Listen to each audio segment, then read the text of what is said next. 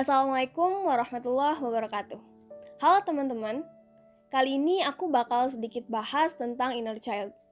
Sebagian dari teman-teman mungkin udah banyak tahu, tapi sebagian lagi mungkin masih asing dengan inner child ini. Jadi, yuk kita mulai aja pembahasannya. Pernah nggak sih teman-teman tiba-tiba merasa bersalah, cemas, marah, bingung, atau selalu penasaran dan nggak mudah puas, tapi nggak tahu apa penyebabnya? Nah, boleh jadi perasaan-perasaan itu muncul akibat kita sering mengabaikan dan menelantarkan si inner child. Jadi sebenarnya siapa sih inner child itu?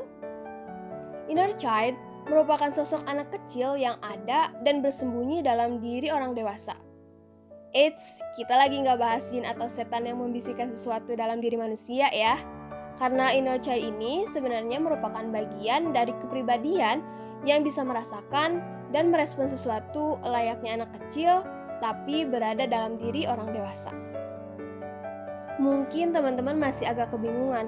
Loh, itu kan sosok anak kecil, kok ada dalam diri orang dewasa? Gimana sih maksudnya? Apa sih hubungannya? Emangnya berpengaruh ya? Jadi gini penjelasannya teman-teman. Inner child ini muncul dari pemahaman seseorang terhadap masa kecilnya dari rentan usia 0 sampai 8 tahun, baik itu berupa kejadian menyenangkan ataupun menyedihkan. Nah, pemahaman ini yang menjadi sumber modal bagi kehidupannya saat ini. Inner child ini juga dipengaruhi oleh faktor-faktor seperti pola asuh orang tua, kemudian cara berkomunikasinya, pertemanannya, lingkungannya, dan interaksinya dengan orang banyak.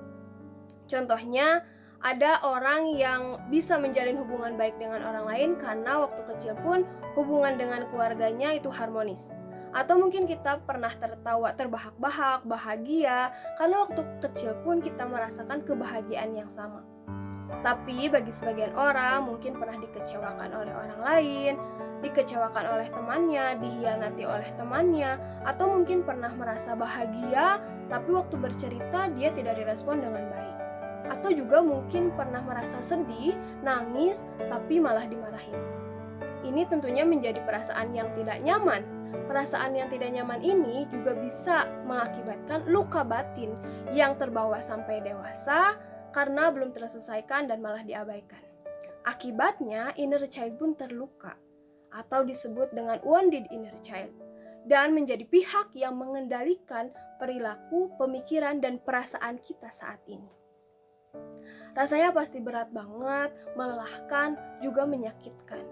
Karena setiap kita mau melakukan sesuatu seperti ada anak kecil yang membisikkan, kamu jangan berteman, nanti kamu dikecewakan.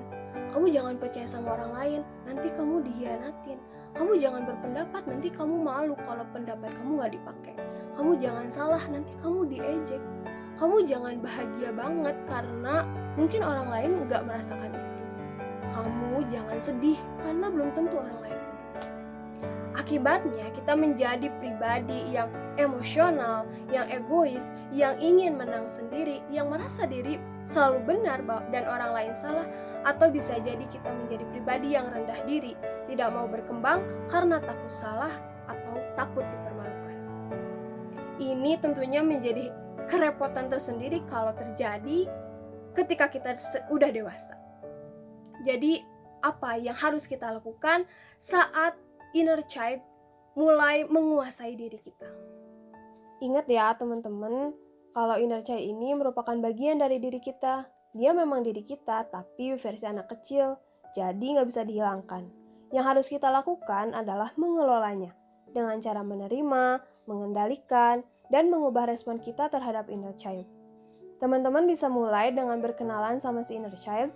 Mungkin bisa dengan menulis surat atau sekedar berkomunikasi sambil menutup mata, membayangkan kita duduk di samping inner child dan sampaikan bahwa kita sadar dan mengakui keberadaannya. Kemudian, teman-teman bisa mendengarkan suara hati.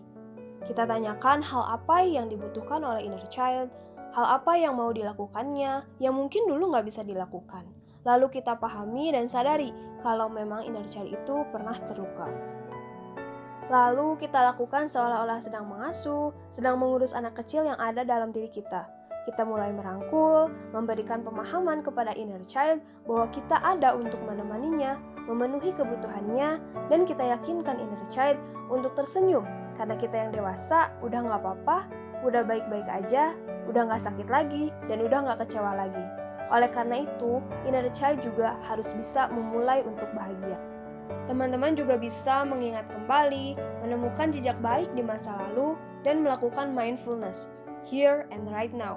Sadar kalau kita ada di sini dan hidup di masa sekarang. Teman-teman gak usah malu ya, atau ngerasa kayak orang gila karena ngomong sendiri di depan kaca. Kalau ngomong sendirinya di depan keramaian orang sih, iya aneh kayak orang gila. Tapi kalau sendiri di kamar, ya gak apa-apa, bahkan dibutuhkan. Yang terakhir, teman-teman bisa melakukan dengan pendekatan Islami. Karena perlu diketahui nih bahwa ternyata Islam juga telah menawarkan solusi untuk menghadapi kegelisahan akibat wounded inner child. Islam mengajarkan untuk berdamai dengan diri sendiri dengan cara ikhlas dan sabar menerima dan menjalankan takdir.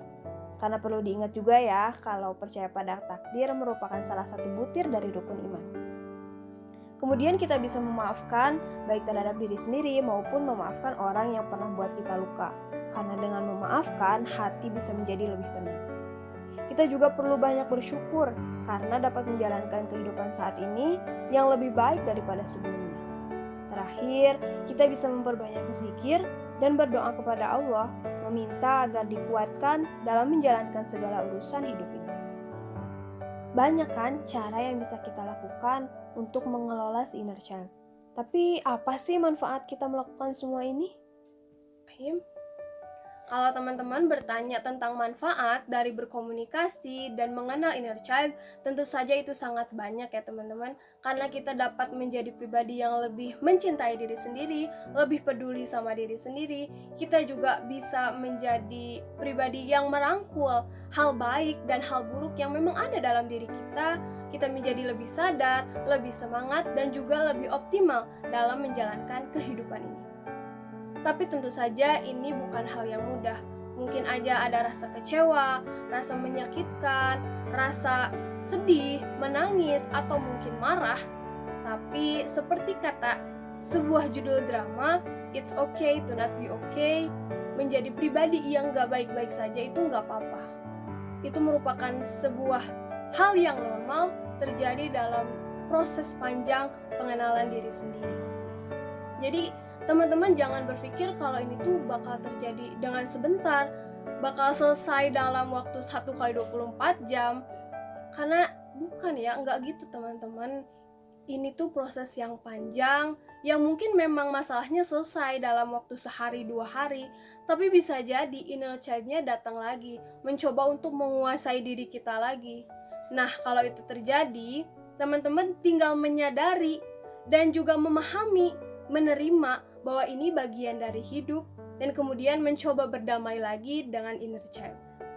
Tapi kalau teman-teman merasa terlalu berat, merasa ini nggak bisa dipikul sendiri, ingin keluar dari permasalahan ini tapi bingung, sampai menghasilkan perilaku yang menyimpang, maka ayo kita bercerita, karena dengan bercerita, beban berat itu bisa terangkat sedikit. Seperti kutipan dalam sebuah kartun, kebahagiaan yang dibagi itu bakal bertambah, dan kesedihan yang dibagi itu akan berkurang.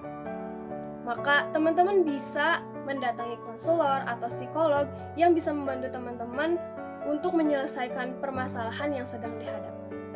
Jadi mulai sekarang, kalau misalkan ada masalah, yuk kita coba berkomunikasi dulu dengan inner child yang ada dalam diri kita dengan memejamkan mata, mengatur pernafasan, melakukan butterfly hug atau pelukan kupu-kupu dengan meletakkan kedua tangan nih secara silang di bahu, kemudian melakukan tepukan ringan secara bergantian. Kemudian kita juga mengetuk pintu rumah inner child yang ada dalam diri kita genggam tangannya, kita ajak jalan dan juga bisikan, we gonceng, kita akan berubah menjadi pribadi yang lebih baik untuk menjalankan kehidupan yang lebih baik agar kita dapat bahagia dan kita dapat sukacita. Gitu. Mungkin sekian yang dapat saya sampaikan. Mohon maaf apabila terdapat banyak kesalahan. Aku Inaj Najmatul Ummah, mahasiswa jurusan Bimbingan Konseling Islam UIN Sunan Gunung Jati Bandung. Pamit undur diri. Terima kasih. Wassalamualaikum warahmatullahi wabarakatuh.